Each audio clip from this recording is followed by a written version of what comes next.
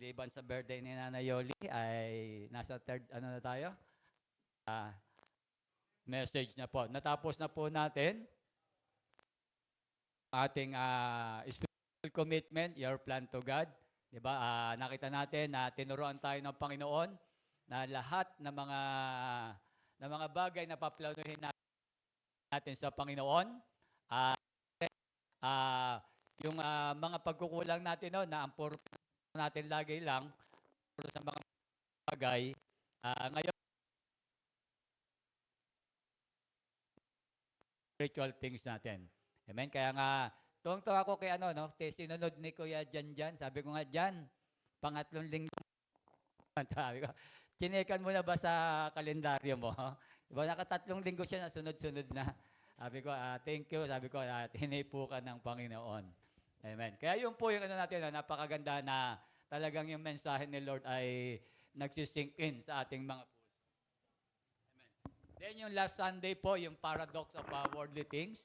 Diba, yan po, tinalakay naman ni Kuya EJ, na yung mga, ano natin, yung kakayahan pala natin, yung ginagawa natin sa labas, na minsan pinagkakaabalahan natin, pwede palang gamitin yan para sa Panginoon. Para maluwalhati at yung purpose niya ng salvation ng lahat ng tao ay magamit tayo. Amen? Kaya yun yung mga nakita natin, yung mga pagkakamali natin, pagkukulang natin, na itutuwid natin. Amen? Ngayon po, pag-uusapan natin, yan po, spiritual values, values for wisdom. Amen. Dito po, medyo meron kayong mga bagay na ikugugulat. Amen. Ano kaya ikagugulat nyo? Na tungkol po sa buhay natin na minsan nagiging pananaw natin sa buhay. Amen. Sabi nga po, tatalakayan natin dito na yung itanim natin sa ating mga puso at sa isipan, paano natin papahalagahan yung karunungan ng ating Diyos sa ating araw-araw. Amen. Kaya ito'y paanyaya sa atin at paghihikayat na magkaroon tayo ng pananabik doon sa karunungan ng ating Panginoon. Basahin po natin yung ating talata. Sabi diyan, siyang nagtitiwala sa kanyang, Kawikaan 28:26, siyang nagtitiwala sa kanyang sariling puso ay hangal, ngunit maliligtas ang lumalakad na may katalinuhan. Purihin ang salita ng ating Panginoon. Amen. Dito po sa talata natin babasahin, amen, iano natin sa English dahil kukunin ko yung yung word na wisely. Sabi diyan, kasi yan yung pinaka-topic natin. He who trusts in his own heart is a fool, but whoever walk wisely will be delivered. Amen. Dito po ay, yung ibig sabihin po ng wisely, ayan. Sabi po sa Hebrew word, yung wisely raw po ay sa Hebrew word chokma. Di ba? Parang term ng mga bakla, chokma. Di ba? Pero hindi pala, di ba? Ibig sabihin din pala niyan ay wisdom. Kaya pag sabi, walk wisely, walk wisdom. Yun din pala, parehas lang pala yung wisely tsaka wisdom. Sabi diyan, is a comprehensive, God-centered quality of mind and life that discern what is truly right and acts accordingly. Ayon po yan sa Topical Lexicon Dictionary. Amen. Doon po natin kinuha yan. Doon sa Strong Hebrew book. Sabi po rito na ito raw po ba yung wisdom pala, isa to pala itong komprehensibo. Sa Tagalog, tingnan, ano ba yung komprehensibo? Tinignan ko, ibig sabihin, mahalagang bahagi at lubos at buo, kompleto. Yun daw yung wisdom. At sabi rito, nakasentro daw ito sa Diyos. At hindi lang ito nakasentro sa Diyos, sabi ito, ang yung ating katangian ng ating isipan, kundi sa pamumuhay na kumikilala kung ano yung tama at kumikilos ng naaayon dito. Ibig sabihin, ganun pala yung wisdom nang galing sa Panginoon, na nakasentro sa Diyos at sinasabi nito kung ano yung tama at itutuwid tayo ng tamang daan. Amen. Yung pala yung ibig sabihin ng wisdom. Kaya yung po yung bibigyan pa natin ng magandang panimula. Bakit? Kasi tatalakayan natin yung tungkol po sa karunungan ng ating Panginoon. Amen. Basahin po natin yung ating ito po nga pala yung natin, yung pamagat natin, walking wisely. Amen. So, sabihin mo katabi mo, walking wisely. Ayan, yung tayo po ay lumalakad ng matalino, ng may katalinuhan. O lalakad tayo na sa karunungan ng ating Panginoon. Yan po yung, ibig sabihin po niyan ay mamuhay o lumakad ayon sa karunungan ng ating Panginoon. Ang sabi naman po ng Bible Study Tools, ito po yung definition niya ng godly wisdom. Is a divine gift from God, distinct from worldly wisdom. Ibig sabihin, ito pala ay banal na kaloob ng Diyos, di ba? Ito palang karunungan ng Panginoon at naiiba to doon sa karunungan ng sanlibutan.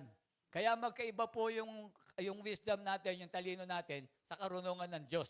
Di ba? Ang sabi nga ng salita ng Diyos, kamangmangan, yung ano natin, yung karunungan natin. Di ba? Kaysa doon sa karunungan ng ating Panginoon. Sabi nga po diyan, ito raw pong God wisdom, wisdom of God, o godly wisdom, characterized by purity, peace-loving, gentleness, mercy, impartiality, and sincerity.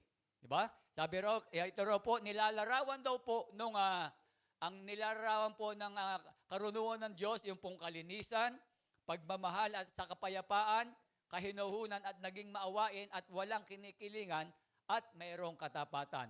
At ito po yung maganda, sabi diyan, leading to decision that honor God. Diba? Yun yung maganda na ito yung mantong sa pasyang lumuluwalhati sa Diyos. Kapag lumalakad pala sa karunungan ng ating Panginoon, niluluwalhati mo pala ang Diyos dyan. Amen? Yun pala yung ibig sabihin yan. At hindi lang yan, sabi dyan, reflect Christ's character. Sumasailalim pala yan, ipinapakita pala niyan yung katangian, yung karakter, yung likeness ni Christ. Diba? Kaya pala sabi ni Solomon, walk wisely. Diba? Huwag tayong magtiwala sa ating mga puso. At sabi diyan, nagbubutihan and guided by the Holy Spirit, rooted in the fear of the Lord. Ay, ano muna? Produce fruit. Diba? Nagpo-produce pala yan ng magagandang gawa natin. And then sabi, rooted in the fear of the Lord and guided by the Holy Spirit. Amen. Kaya dito makikita natin, sa madaling salita, makita natin, ang maka-Diyos na karunungan, sabi rito, ay siyempre nagmumula yan sa ating Panginoon. Diba? Nagmumula yan sa ating, at nagbibigay ito ng karangalan sa Diyos. Kaya dito makita natin, nagsisimula ang maka-Diyos na karunungan pagdating doon sa takot natin sa ating Panginoon. Ibig sabihin, magkakaroon ka ng karunungan ng Diyos kapag ikaw ay may takot sa Diyos. Ibig sabihin ng takot sa Diyos, yung paggalang sa Diyos, di ba?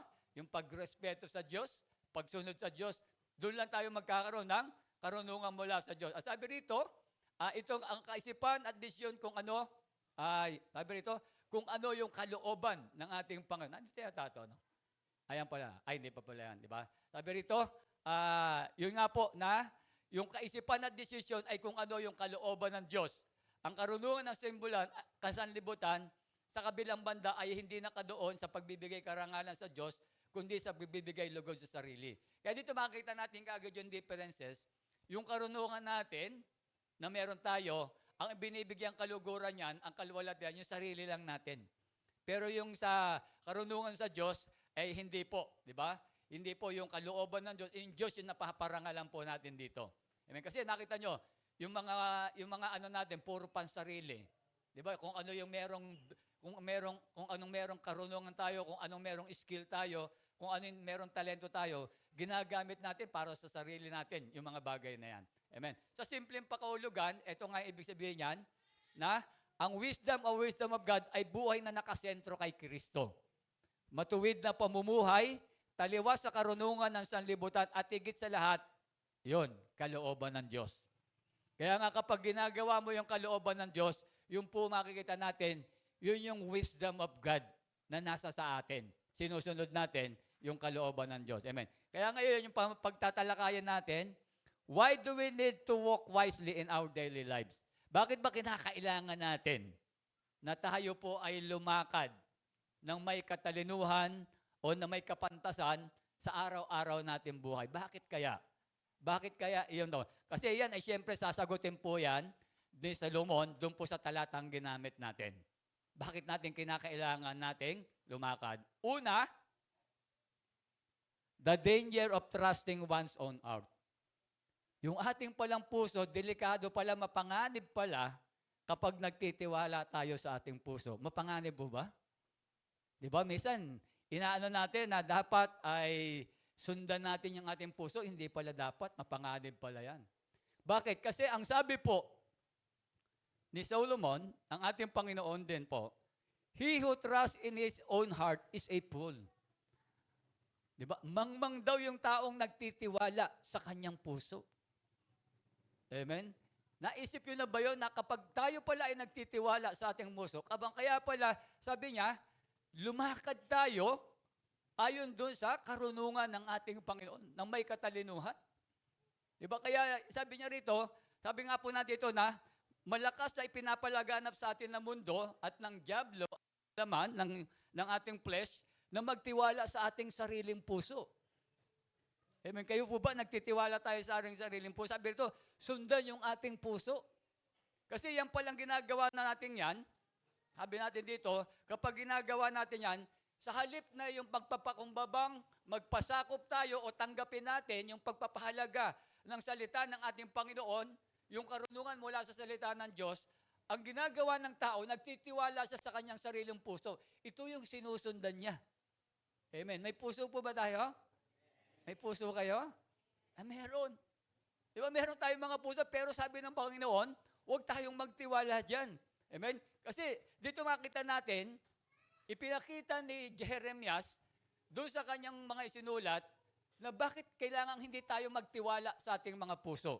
Ang sabi niya po sa Jeremias 11:8, pero hindi sila nakikinig at hindi nila pinansin ang sinabi ko. Sa halip, sinunod nila ang nais ng matitigas at masasama nilang puso. Sinabi ko sa kanila, sundin nila ang kasunduang ito, pero hindi nila ito sinunod, kaya ipinadala ko sa kanila ang lahat ng sumpa na nakasaad sa kasunduan. Dito sinasabihan niya yung mga Israelita, matitigas ang puso at masasama yung kanilang puso. Diba? Kaya makita natin, kung magtitiwala ka sa puso mo, sa puso natin, di ba? Magiging mapanganib at delikado po para po sa atin. Ba? Yung mga bagay na yan. Bakit?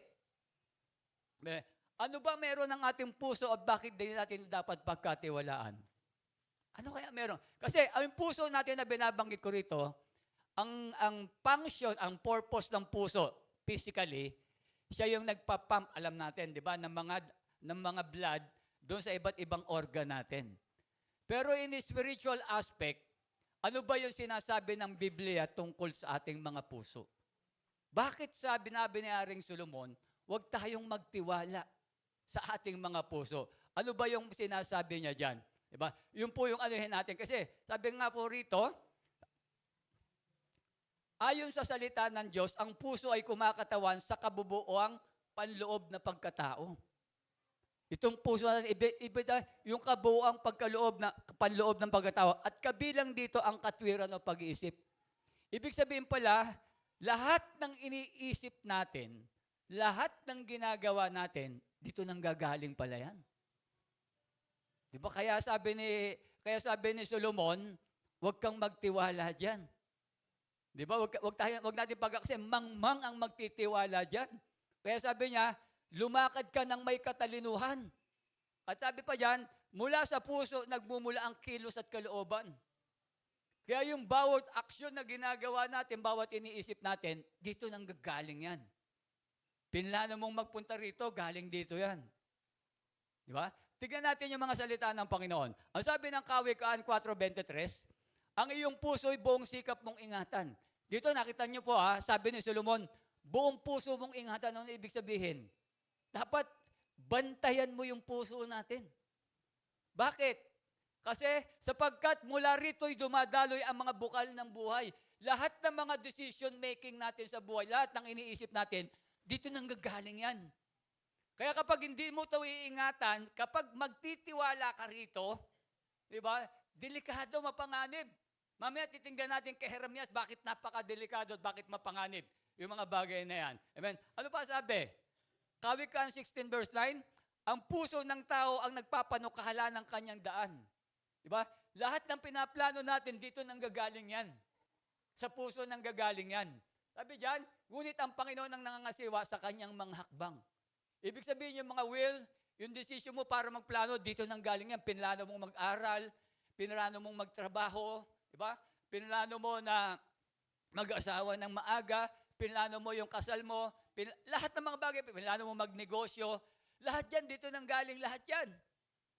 Pero bakit sabi, diba? Kaya makita natin, pero bakit sinabi ni Haring Solomon, bakit sinabi ng Diyos, na huwag natin pagtiwalaan yan. Ngayon, ano ba yung sinabi ni Propeta Jeremias tungkol po dyan na bakit hindi natin pagtiwalaan yan? Number 1, our heart are deceptive. Mandaraya. Sabihin mo sa katabi mo, mandaraya pala ang puso. Amen. Kayo ba may asawa? Nadaya niyo ba kayo ng asawa niyo? Kasi mandaraya pala yung puso eh. Ang sabi ng Jeremias 17:9, ang puso ay mandaraya kaysa lahat ng bagay. Grabe. No, ang puso kaya pala sabi ng Panginoon sa Proverbs, 'di ba? Huwag kang magtiwala diyan. Bakit? Mandaraya 'yan eh. Ba? Kaya nga dapat dito hindi mo sinusundan yung puso mo. Hindi ka magtitiwala diyan. Bakit? Mandaraya 'yan. Yung sinasabi niyan, hindi talaga iyon. Nililihis ka niyan. Di ba? Kaya nga sabi natin, di ba yung karunungan ng Diyos, tinatama ka ng landas niyan. Yung definition na binigay ng topical lexicon. Di ba? Tinatama ka ng landas niyan, yung karunungan ng Diyos. Pero yung puso, inililigaw ka niyan. Kasi sabi niya, mandaraya yung puso eh. Di ba? Kaya nga, sabi ko nga, tanong natin sa mga mag-asawa eh, kayo ba hindi nadaya ng asawa niyo? Hindi kayo nadaya ng puso nyo. Di ba? Dapat yung kalooban ng Diyos sinusunod natin. Di ba? Dapat ipinagkakatiwala natin sa Diyos yung mga bagay na yan. Kaya dito, makita natin, di ba? Yung puso natin, di ba? Ito ay mandaraya. Di ba? Mandaraya. Kaya pala sabi po ni Solomon, huwag kang magtiwala dyan, mandaraya yan. Ililihis ka niyan. Hindi, tignan natin, di ba? Ano ba yung sinabing, yung word na mandaraya? Di ba? Ano ba yung pinanggalingang salita niyan sa Hebrew? Sabi rito, the word deceitful in Hebrew is akob. Di ba? Means crooked, deceitful, and polluted. Yung pala, di ba, yung, sabi nga rin po to, yung bang deceitful pala, ibig sabihin yan, baluktot, mapanlinlang at marumi. Ganun pala yung puso ng tao. In spiritual aspect, ganun pala yan. Di ba? Kaya minsan pala maraming nadadaya. Di ba? Maraming nadadaya pagdating sa pag-ibig. Di ba? Kasi dinadaya sila ng puso nila. Di ba? Yan, sabihin ng puso mo, yan ang mahalin mo. Guwapo yan. Di ba? Maganda trabaho niyan. Pero hindi pala yun yung gusto ng Diyos. Di ba? Yun yung dinidikta yung sinasabi ng puso mo sa'yo. Pero hindi mo alam, dinadaya ka pala niyan.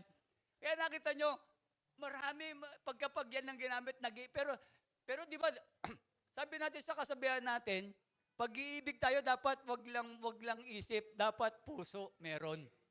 Pero, sabi pala ng Biblia, mandaraya pala to. Di ba, mandaraya pala yung puso natin. Kaya pala maraming naghihiwalay. Di ba? Hindi sila nagtiwala sa Diyos. Hindi nila ginamit yung karunungan ng Diyos.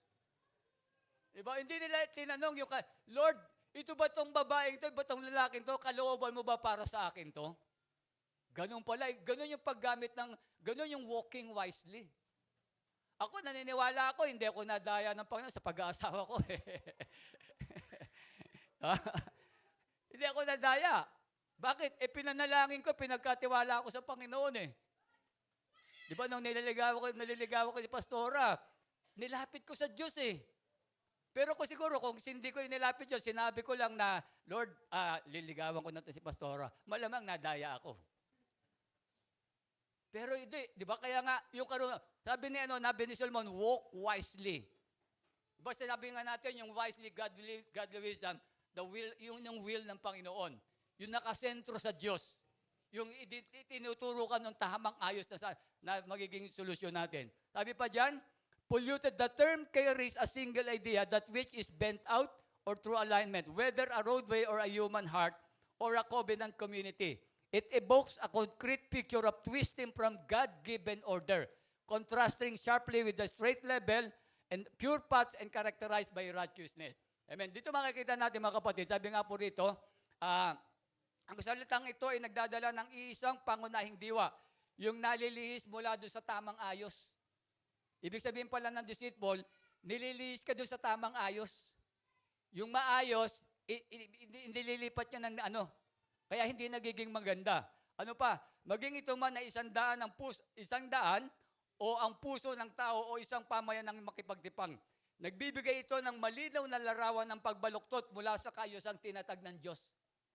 Diba? Kaya makita natin, kung ano pala yung tinagdag ng Diyos, yung puso mo, dinidigdan yan, huwag yun. Sinisira niya yung itinatag ng Diyos. Yun yung dinidikta ng puso mo. Pero kapag ang ginamit mo yung karunungan ng Diyos, ipinagkatiwala mo sa Kanya, hindi.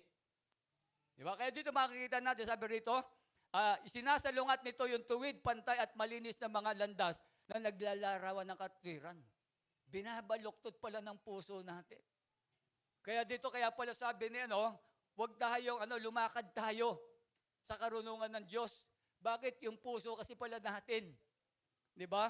Mapanganib pala to pag dito tayo nagniwala. Amen?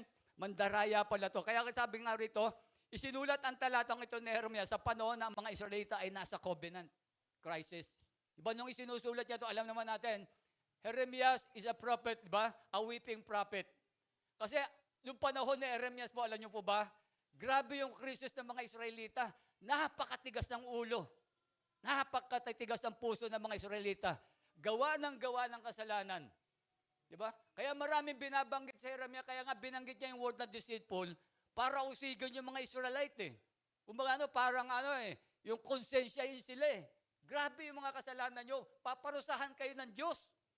Umiiyak siya sa Diyos lagi na, Lord, wag. Pero ang titigas ng ulo, bakit? Ginagamit, nagtitiwala kasi sa puso nila. Sinusundan nila yung puso nila. Hindi yung kalooban ng Diyos yung sinusunod nila. Di ba? Kaya gawa sila po ng gawa ng kasalanan. Amen? Kaya sabi nga po nito, madalas tayong linlangin ng ating mga puso na iniharap. Di ba? Iniharap ang pagbibigay kasiyahan ng damdamin bilang susi ng kaligayaan. Di ba? Sinasabi ng puso natin, yan yung maganda, diyan ka magiging masaya. Pero hindi naman yun yung sinasabi ng karunungan ng Diyos. Hindi naman yung kalooban ng Diyos para sa atin. Amen? Di ba? Kaya sabi rito, ang ating ninanais ay hindi lang siya laging bigyan tunay na kailangan. Ang payong maging tapat ka sa iyong puso ay nabibigo kapag ang puso ay linglan kaysa sa lahat ng bagay. Amen? Kaya pala yung mga puso natin, amen? Tandaan po natin, huwag kang magtiwala dyan. Amen? Sabihin mo sa katabi mo, huwag kang magtiwala sa puso mo. Amen? Tignan niyo po si Haring David. Si Haring David, nagtiwala, di ba? Si Haring David po, nagtiwala siya sa sarili niyang puso. Alam naman natin, di ba, nung nandun siya sa tuktok ng rooftop niya, di ba? At nakita niyang naliligo si Bathsheba. Di ba? Nang nakita niya, sa halip na dapat takpan niya yung mata niya, tinignan niya pa. Di ba? Naliligo siya kaya ang pangalan niya Bathsheba. Tama ba? Doon nakuha yung pa, di ba? Pero nakita natin, nasunod, di ba? Nasunod yung puso niya eh. Nung nakita niyang naliligo, pag nakita mo ba may naliligong babae, anong gagawin mo, Tay?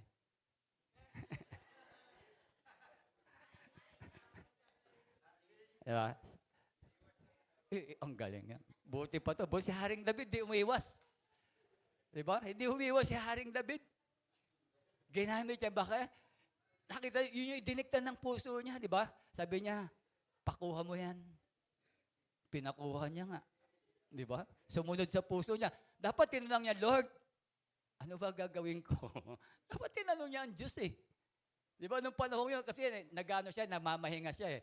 Na, dahil sabi ng mga kasama niya, sabi ng mga kasama niya, sundalo at saka malina, sabi niya, mahal na hari, diyan na lang kayo sa bahay, sa palasyo nyo. Kami na lang ang lalaban sa mga kaaway namin. O, di ba? Kaya doon, nag-iikot-ikot siya doon sa tuklok. Ang problema, nando si Bathsheba. Merong pagsubok na darating sa kanyang buhay. Dapat tinanong niya, Lord, ano ba dapat gagawin ko? Nakita mo may naliligo. Di ba? Pero ano ginawa niya? Sinunod niya nagtiwala siya sa puso niya. Sinundan niya yung puso niya. Pinakuha niya si Bathsheba. At pagkatapos niyang ipakuha si Bathsheba, sinipingan niya. Ang masakit doon, ang ginawa niya pa, pinapatay niya pa yung asawa nito para mapa sa kanya. Kaya dito makikita natin, ganun yung puso natin. Masyadong mandaraya. Di ba? Sabi mo sa katabi mo, masyadong mandaraya yung puso na yan. Di ba?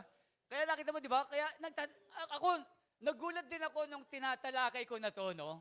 Kasi di ba, lagi natin sinasabi, pag-iibig ka, huwag lang isip, gamitin mo yung puso mo. Ang problema, mandaraya pala yung puso. Di ba? Mandaraya pala yung puso natin, di ba? Kaya tayo mga kabataan, pag-iibig tayo, dapat hindi puso at ibig. Dapat karunungan ng Diyos gawin natin. Lord, ito bang liligawan ko? Panalangin mo, ito ba yung kalooban mo sa akin?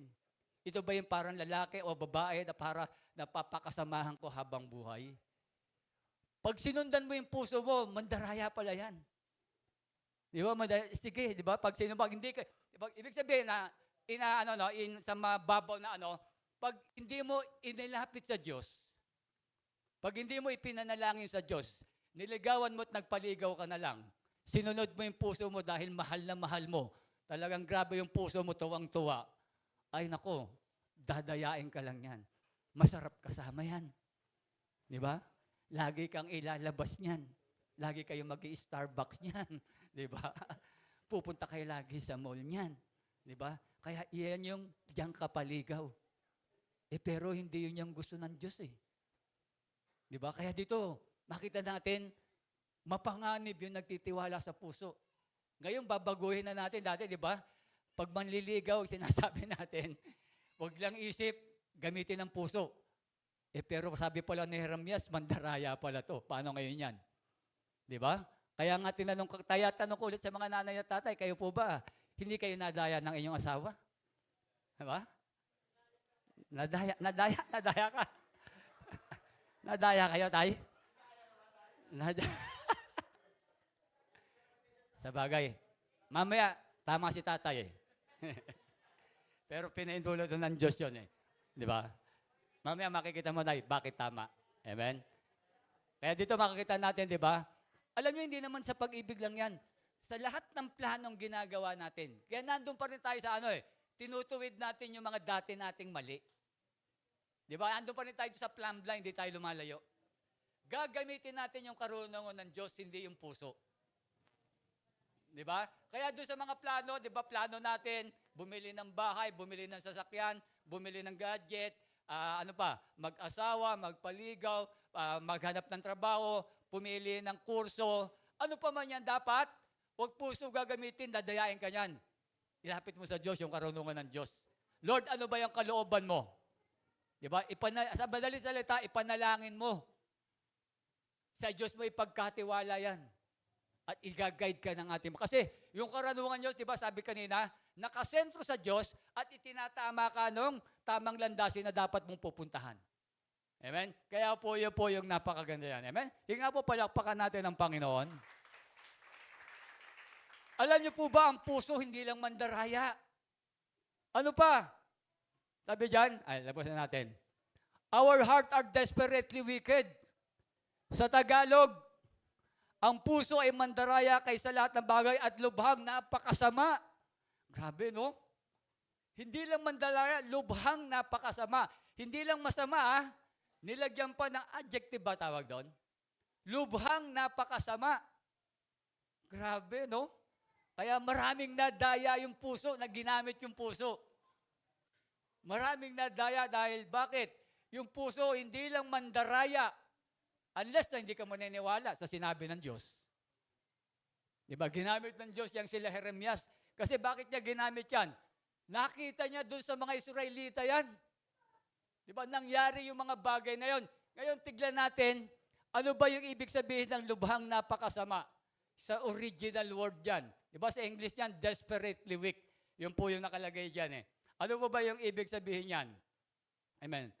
Ang sabi rito, the word desperately weak, tama ba yung verse ko? Weak o wicked? Wicked. Okay. Sige. In Hebrew is anash. Describe condition of sickness, weakness, or wound so extreme that it is pronounced beyond human remedy. Amen. Kaya sabi rito, when the word is applied literally, the body is failing. Ibig sabihin yung puso, ibig sabihin pa niya, yung puso daw, parang wala ng lunas. Sa literal term, yung puso natin, gano'n wala ng lunas. Kung paano, may cancer na. Yung sinabi ni Jeremias, lubhang napakasama. Pero sa spiritual daw, sabi dyan, The moral and spiritual fabric of a person or nation is terminally corrupted. Di ba?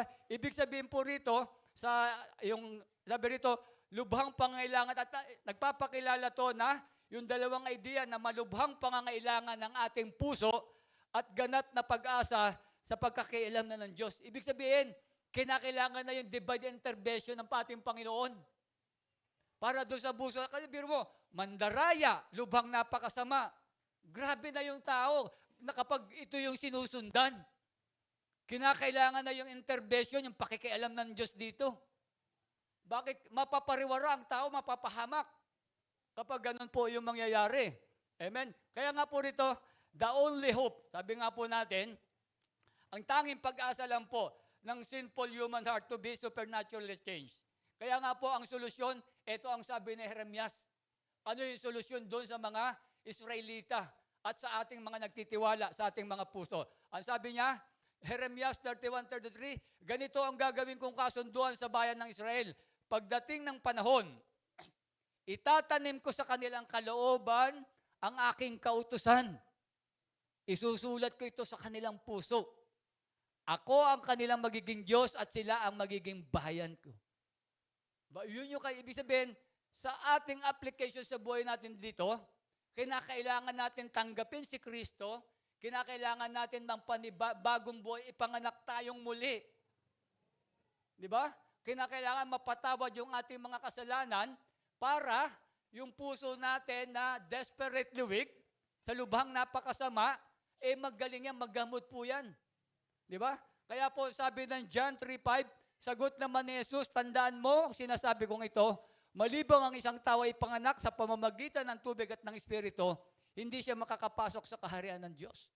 Kaya dapat ang lahat ng tao, dapat lahat tayo na merong problema sa ating mga puso, dapat tanggapin natin si Kristo bilang Panginoon at tagapagligtas ng ating mga buhay. Amen? Yun po yung pinakamahalaga dyan. Sabi nga po, kung tinanggap na ng tao si Jesus bilang Lord and Savior, mandaraya at lubhang masama pa rin ba yung puso ng taong tumanggap kay Jesus? Kayo po, kung tinanggap na ni Kristo ng isang tao, si Kristo bilang Lord and Savior, mandaraya at lubhang masama pa rin ba yung puso ng tao? Ano po yung pinakaano natin dito? Ba? Ito po yung sagot. Sabi diyan, hindi na. Bakit? May bagong puso ang tumanggap kay Kristo. Kaya sabi diyan sa Ezekiel 36:26, bibigyan ko kayo ng bagong puso at bagong espiritu. Ang masuwayin yung puso, sabi diyan, ay gagawin kong pusong masunurin. Before yung heart natin, di ba, masuwayin, pero pag tinanggap mo si Kristo bilang Panginoon ng iyong buhay, yung puso natin na mandaraya at lubhang napakasama, papalitan ni Kristo yan. Amen. Kaya lahat, kayo po ba tinanggap nyo si Christ bilang Panginoon at tagapagligtas ng inyong buhay? Yung mga hindi pa, pwede nyo pa pong tanggapin. Kasi kapag hindi mo pa tinanggap si Christ, nandun ka pa rin sa sinabi ni Jeremias, mandaraya yung puso na nasa sa iyo. Lagi kang dadayain yan at makasama yan. Kaya kailangan mo si Kristo. Kasi yun lang yung pinaka-solusyon dyan, yun lang yung kinakailangan natin yung divine intervention ng God. Natanggapin natin si Kristo para mapalitan yung puso natin. Kaya ngayon kung tayo po ay tinanggap natin si Kristo ng totoo yung binabanggit natin, ha? Yung hindi ka lang nakikijoin, nakikiride on. Diba? Yung totoong tinanggap mo na, Lord, you are my Savior, you are my Lord. Sabi natin, meron ka ng bagong puso. Yung puso mo, hindi naman daraya yan. Amen? Kaya nga, di ba? Kaya nga ngayon, di ba? Kaya sinasabi ko, hindi ako nadaya ng Panginoon. Bakit? Born again ako nung nililigawan ko si Pastora. Kasi nilapit ko sa Panginoon eh. Di ba? Hindi na ako nadaya. Bakit? Tinanggap ko na si Kristo eh. Di ba? Tinanggap ko na si Kristo eh. Di ba? Kaya makita natin, di ba? Yun na, kaya sabi nga po rito, kung kapag tinanggap ng tao si Jesus bilang Panginoon tagapagligtas, may mangyayaring tunay na pagbabago. Papalitan yung puso at espiritu at yung masuwayang puso ay papalitan din. Ano pa? Sabi diyan, kung nakipag-isa na kay Kristo ang isang tao, isa na siyang bagong nilalang. Makita natin magkakaroon ng transformation ng life. Di ba? Kaya mahalaga yung pagtanggap kay Kristo eh. Sabi, wala na yung dati niyang pagkatao sa halip, ito'y papalitan na ng bago. Amen. Kaya dito makikita natin, ibig sabihin, hindi na katulad ng dati yung puso ng mga mananampalataya, hindi na ito lubusang alipin ng kasalanan. May bagong hangarin na itong sumunod na magbigay kalugod-lugod sa ating Panginoon. Amen. Kaya po yung mga puso natin, ako'y nananampalataya na hindi na po mandaraya yan. Amen? Pero kapag hindi nyo pa tinanggap, nadadaya ka pa niyan.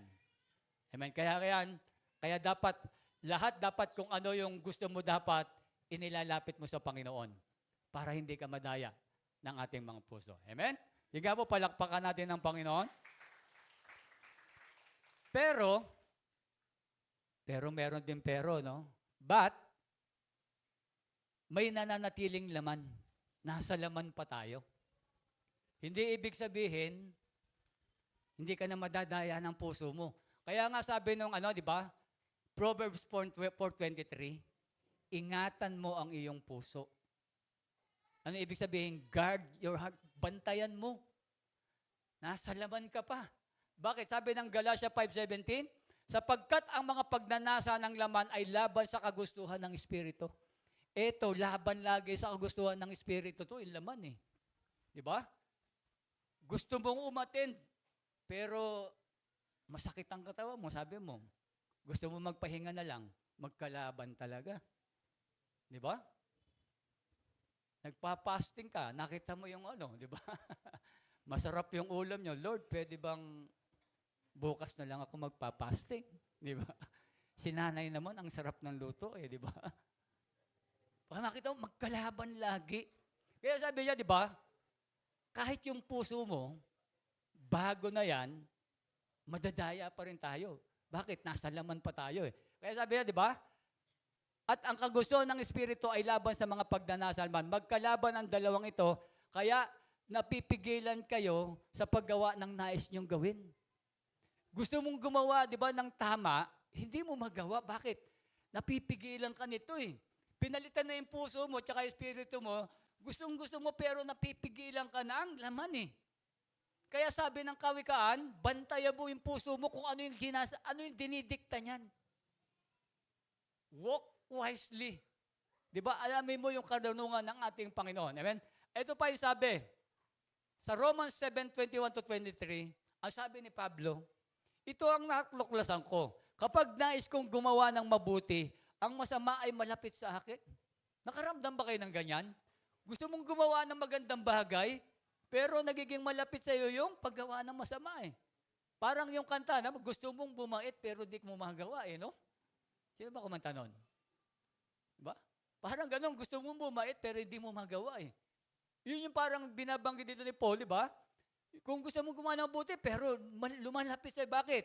Nasa laman pa Kaya di ba sabi niyan, sa ikaibuturan ng aking puso, ako'y nalulugod sa utusan ng Diyos.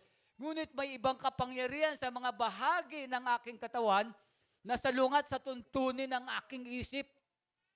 Sabi diyan, binibihag ako ng kapangyarihang ito sa kasalanang naninirahan sa aking katawan. Kaya huwag tayong magkampante na kahit tinanggap mo na si Kristo, kahit binigyan ka niya ng bagong puso at bagong espiritu, bantayan mo pa rin yung puso mo, bakit nasa laman ka pa? Gusto mong gutumatin, gusto mong gumawa ng magagandang bagay, pero nalalabanan ka nung laman. Diba? Kaya nga sabi nga po rito mga kapatid, ipinapakita ni Pablo ang patuloy na pakikibaga sa kasalanan, kaya kahit ang isang Kristiyano ay may bagong puso, bari pa rin malinlang yung ating mga damdamin. Pwede pa rin tayong madaya niyan. Lalo na kapag, di ba, mahina yung espiritu mo, hindi ka nagdadadalo ng gawain, di ba, hindi ka nagde-devotion, di ba, yung mga ginagawa para sa mo, yung pagkain ng espiritu, bihira mong gawin, lalo kang madadaya niyan. Di ba? Kaya nga tayo nagde-devotion, nagpe-pray, dumadalo ng gawain, pagkain ng ating espiritu yan Kaya kahit binigyan ka na ng Diyos ng bagong espiritu, maaari ka pa rin malinlang. Ano pa, sabi rito, di ba?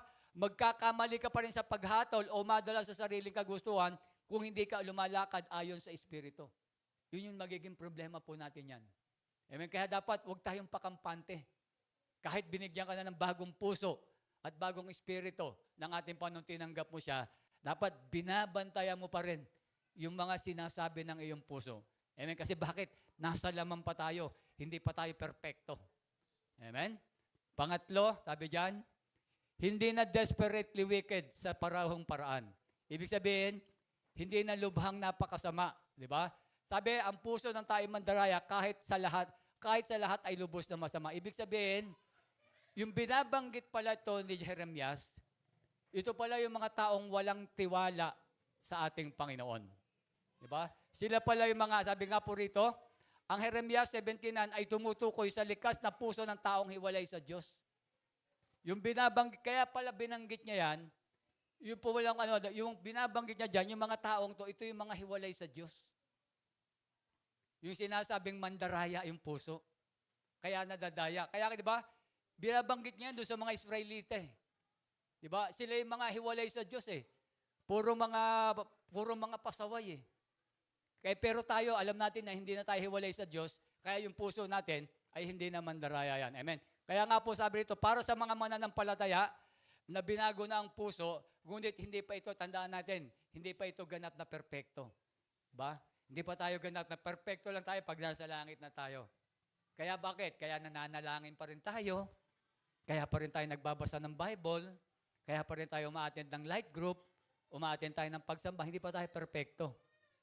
Kaya babantayan pa rin po natin yan. Tandaan po natin yan. Amen? Kaya po, kasi kung hindi natin gagawin yung mga bagay na yan, lagi tayong madadaya ng ating mga puso. Amen? Sige po, palakpakan natin ng Panginoon. Kaya sabi rito, kaya ano yung ang tamang tugon nating mga mananampalataya? Huwag pa rin magtiwala sa sariling puso. Tandaan natin, umasa pa rin tayo sa salita ng Diyos at sa Espiritu Santo. Amen? Magdepende, huwag pa rin pa tayo magtiwala sa puso. Sa Diyos pa rin po tayo idepende yung ating mga buhay. Amen? Yan po yung una natin na yung panganib ng nagtitiwala sa ating puso. Amen? Kaya bakit natin kinakailangan lumakad araw-araw, di ba, sa may katalinuhan. Amen? Ngayon po, pangalawa, at ito yung panghuli natin. Ayan. The result of walking wisely. Ano ba yung magiging resulta kapag tayo po ay lumakad ng may katalinuhan? Di ba? Kapag hindi tayo nagtitiwala sa ating puso, di ba? Ano ba yung magiging resulta? Ano ba yung magagawa nito sa buhay natin? Amen. Number 1, ito po muna yung talata. But whoever, he who trusts in his own heart is full. Pero sabi ito, di ba? But whoever walk wisely will be delivered. Kapag lumalakad pala tayo ng may katalinuhan, tayo daw pala ay maliligtas. Amen. At yung sinabing maliligtas dyan, maraming aspeto.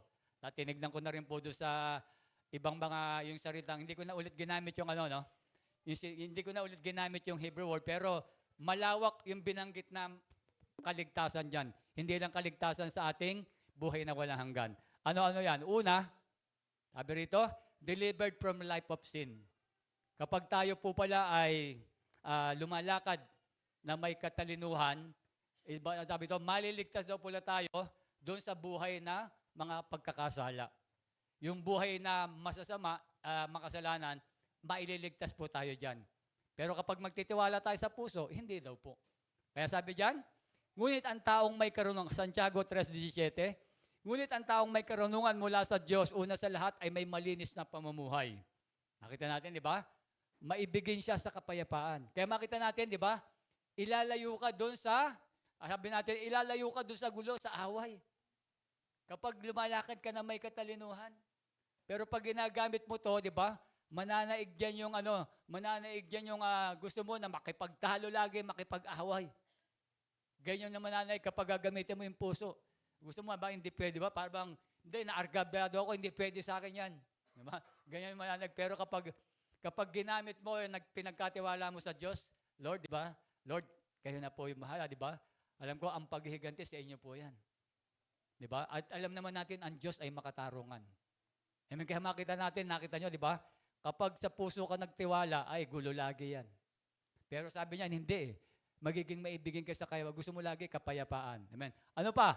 Magiging mahinahon, hindi ka maiinitin ng ulo. Di ba? Halos din yan, di ba? Hindi ka inilalayo ka dyan sa pagiging mainitin ng ulo o yung makitid yung utak. Di ba?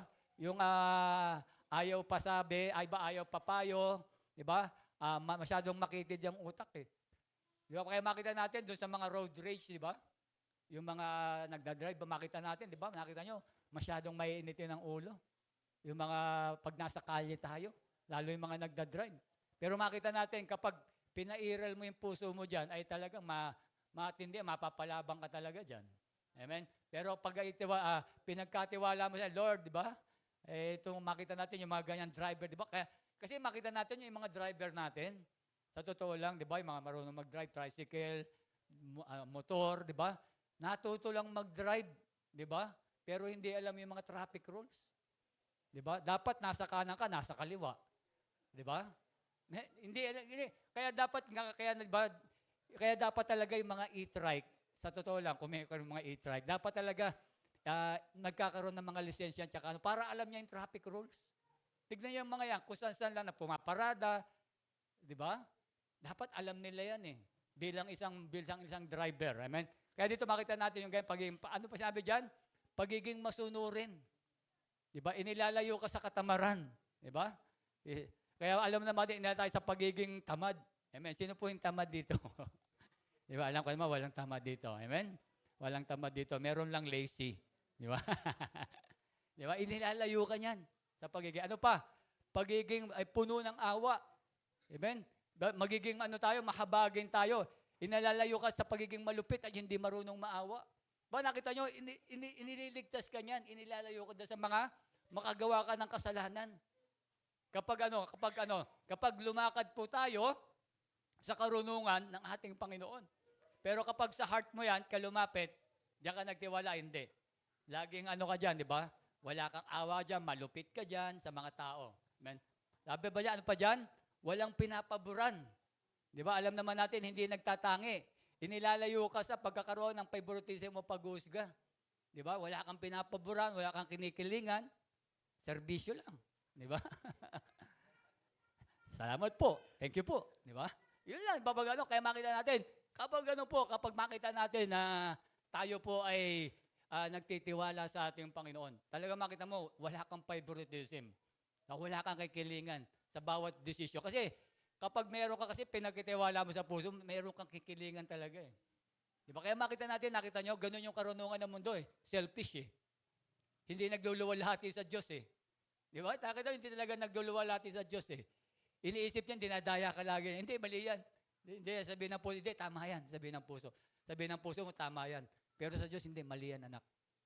Diba? Kaya huwag tayong magtiwala sa ating mga puso. Amen. Ano pa, sabi dyan? Hindi nagkukunwari.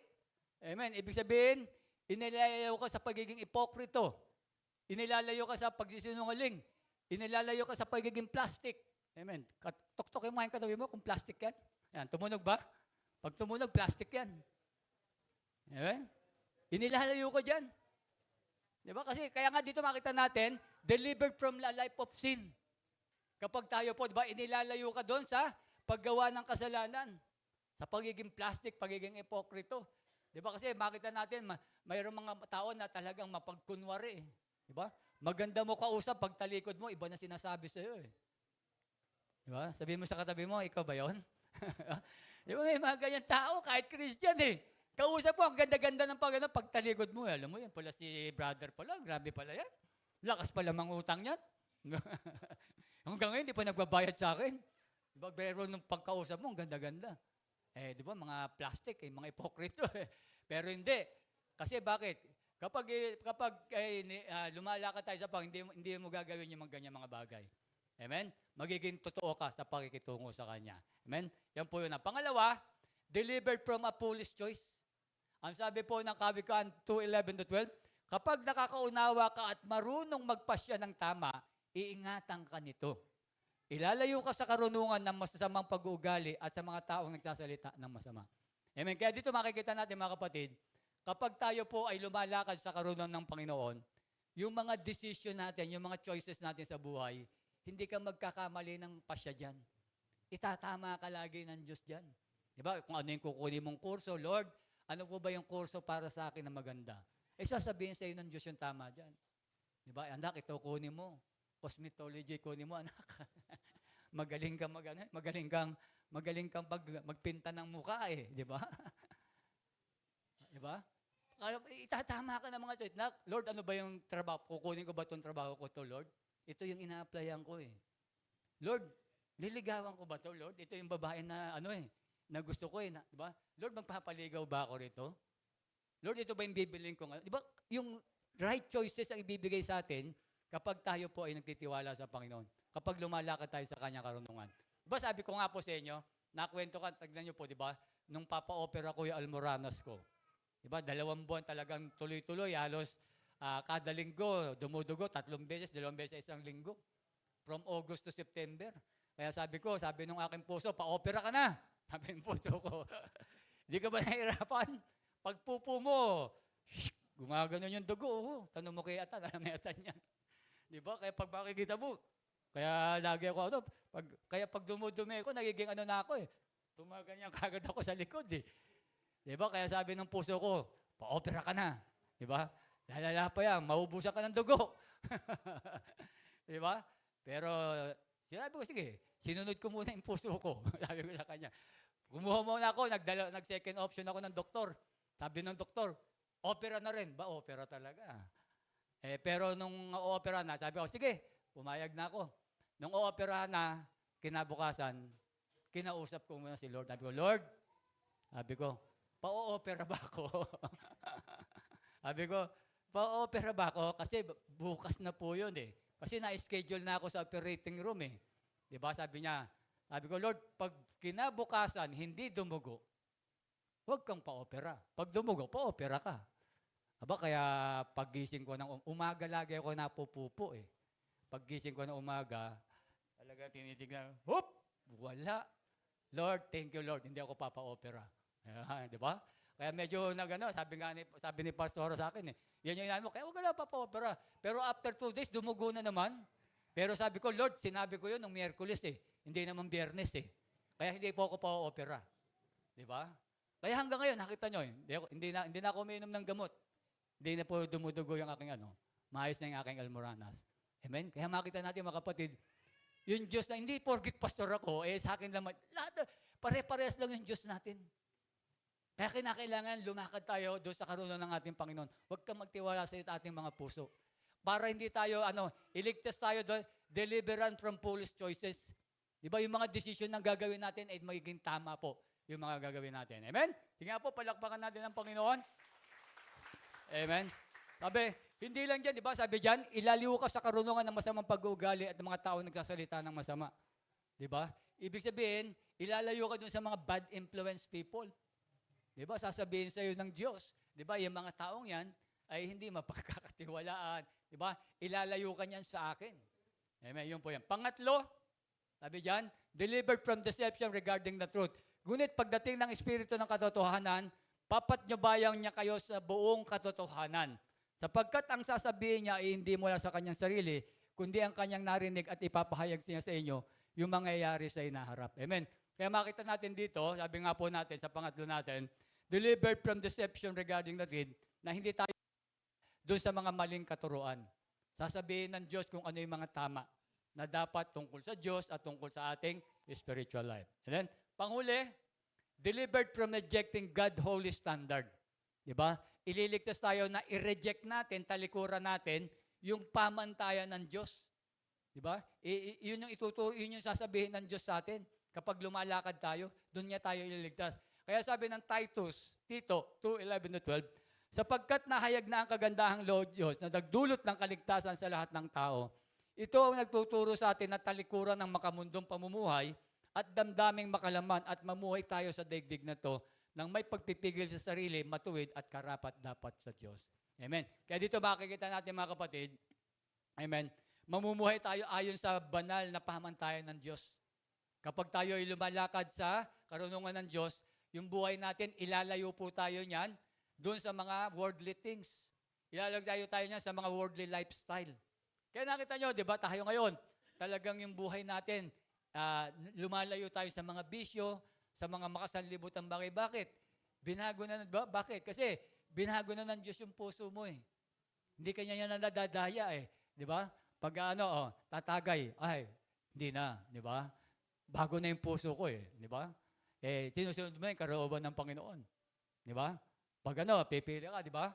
Makita mo, 11-12. Ay, hindi ka natataya. 11-12, pumunta yung kapitbahay mo sa iyo, no? Mare, taya ka pa ba? Hindi na, bakit? Di ba? Hindi na. Bakit? Binago ka na ng Panginoon eh. May tumataya pa ba? Baka may tumataya pa, di ba? Di ba? 28-26, baka mamaya tinatayaan nyo yung mga talata natin, ha? Baka sabihin nyo, swerte, ha? Di ba? Ano ba yung mga... Tay, baka nililista nyo yung mga 28-26, di ba? Pompyang mo yan, ha? Di ba? Isang 10 tsaka isang 20. Naalala ko kasi yung mga tumataya ng loto. Amen. Amen. Wag po. Inilayo na po tayo dyan. Amen? Inilayo na po tayo dyan sa mga gawaing yan. Amen? Kaya dapat ay talagang lumakad tayo na may karulungan sa ating Panginoon. Amen? Sige po, palakpakan natin ang ating Panginoon. Sa ating pagtatapos, ang sabi ng unang Korinto 1:24, subalit sa mga tinawag ng Diyos, maging Hudyo o maging Grego, si Kristo ang kapangyarihan at karunungan ng Diyos. Yun, ang ganda. Di ba? Kaya makita natin, si Kristo pala yung karunungan ng Diyos.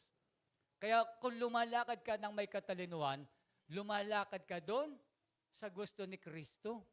Bakit? Siya yung karunungan ng Diyos. Diba? Kaya makita natin, hindi yung puso mo susundin mo.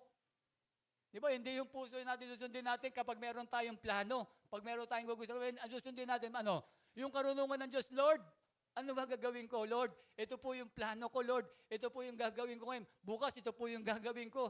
Lord, ito po yung problema namin mag-asawa. Lord, ano ba yung gagawin ko?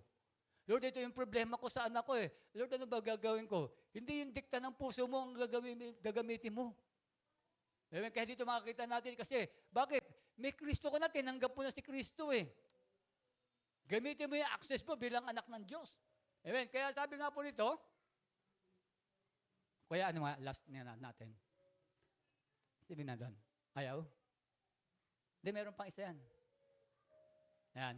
Walking wisely means living under God's authority. Not trusting our own hearts and placing Christ at the center of our lives.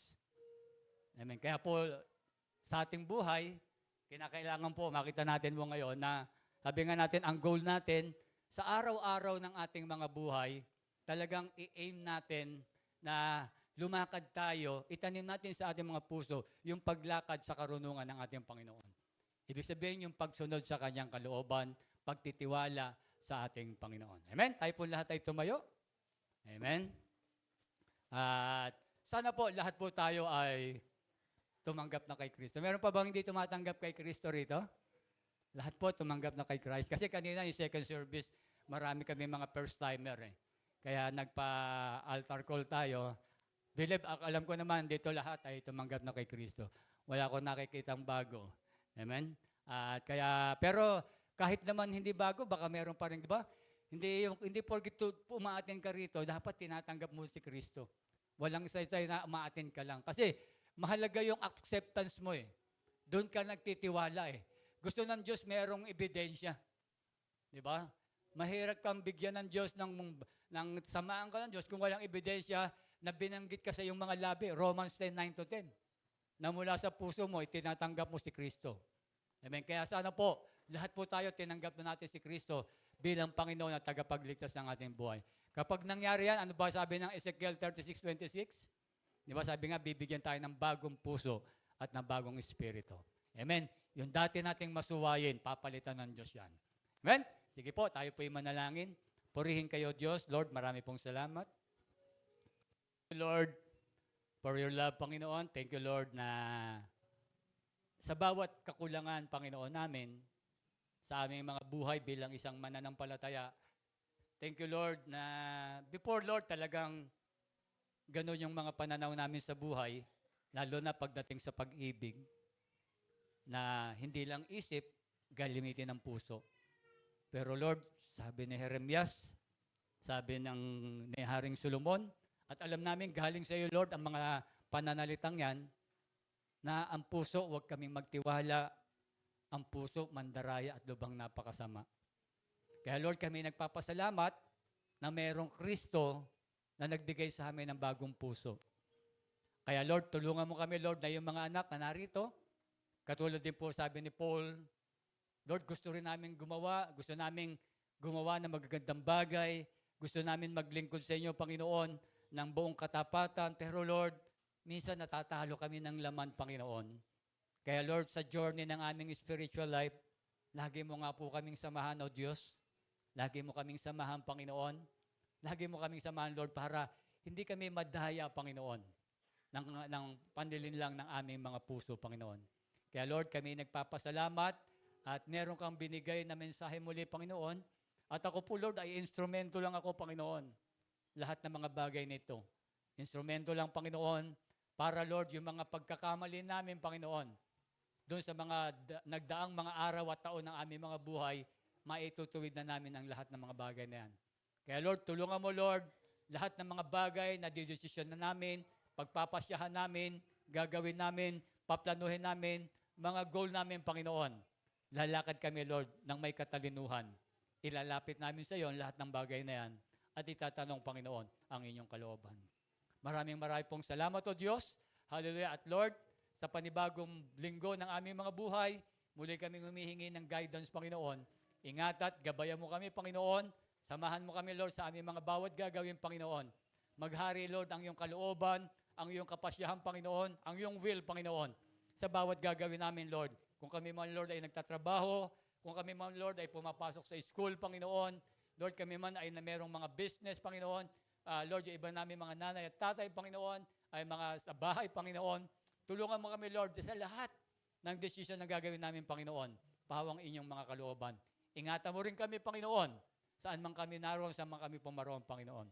Hallelujah. Ang biyaya ng aming Panginoon Kristo, ang pag-ibig ng Diyos Ama, at pakikipagpisa ng banal na Espiritu ay sumainyong lahat.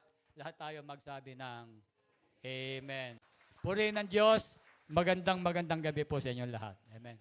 Doon sa mga couples po, pwede po